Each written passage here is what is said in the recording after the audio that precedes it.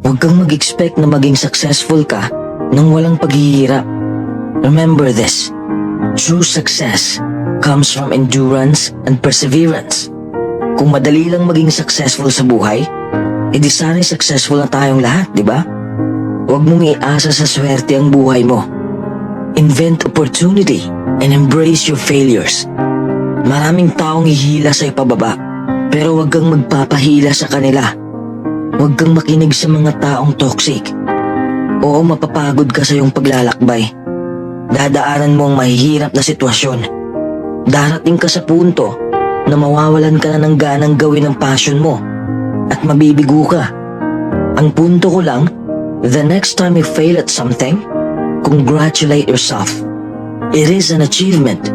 You're one step closer to actual success. Marami kang matutunan sa kabiguan mo.